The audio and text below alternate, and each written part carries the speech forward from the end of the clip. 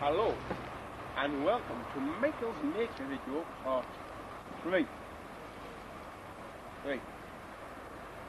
I am now in the dark planting of the avenue. You might hear one or two cars going past. That is because the avenue, from once a very privately owned lane, has become a very, very busy road. Now, if you take a look on my map of the Borough of Blythe Valley, we are just about here. We'll have a look at the demolished obelisk pictured here, which is just a hop, skip and a jump this way. As for the avenue itself, now the avenue, I think, now this is my personal own opinion, I think the avenue used to be a lot bigger width-ways than it is now. I think that it used to probably come out into these fields here, and I think it used to come up to Holywell Pond here, and it probably encircled Delaval Hall, but through farming and clearance it has been, and probably from the start of the estate, it was probably made into two thin rows of trees. Now, we're in the middle of the dark planting here, and it's probably one of the thickest areas of trees on the right side of the avenue. Yes. We have got very, very natural species here, and a lot of these trees, as I say, haven't been planted. They've been here naturally, and it's just they've been the lucky ones, and the ones that have escaped the ploughing on the left, the road being built in the middle, and the fields on the right. A lot of these trees have been left to rot, you know, perhaps because of mismanagement, perhaps because of, you know, lack of funds. But it's a good wildlife habitat nonetheless. This tree here must be at least 250 years old. Perhaps about 200 years old when it actually came down. But it's been left here to rot, and I think the style and composure of the tree makes it look like a lightning tree, which means it got hit by a beam of lightning, a strike of lightning.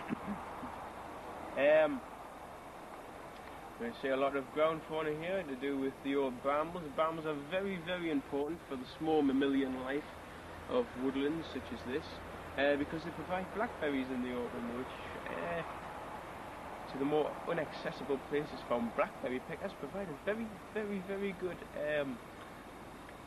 fat storage for the winter. In fact, if it wasn't for brambles, a lot of our small mammalian communities will not exist. Right. As you can see from the scale here, the avenue itself, all in all, I mean, some bits aren't as thick as this.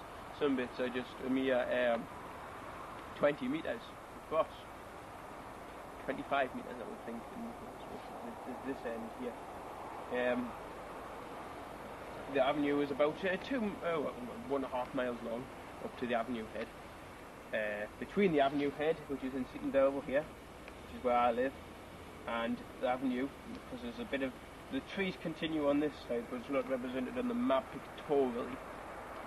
The avenue is the start of my first niche in the whole Part 3 adventure, and I hope to take you on more of a local history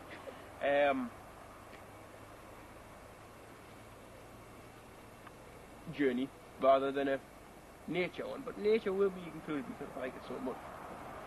So I think the next place we'll go to is the demolished mausoleum,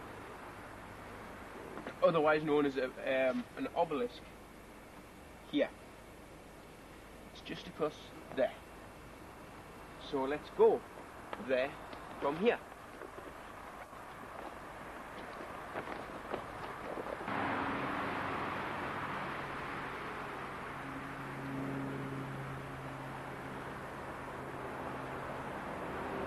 Aha! Right, now you catch me. I am still in the dark planting, but this time on this side of the road.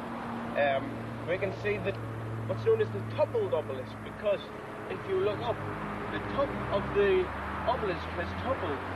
Obelisks are more like a monolith in stature, and this one here, as you can see, is toppled. I think it was done on purpose because of the proximity to the road.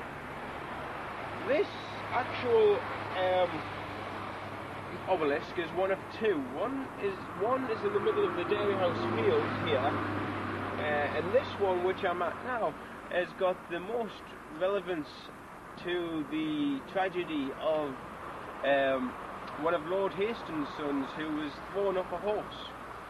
This is the actual place where he was dragged to, and basically he actually died here. He was apparently thrown off an obelisk intact, you know, the one that's intact, and basically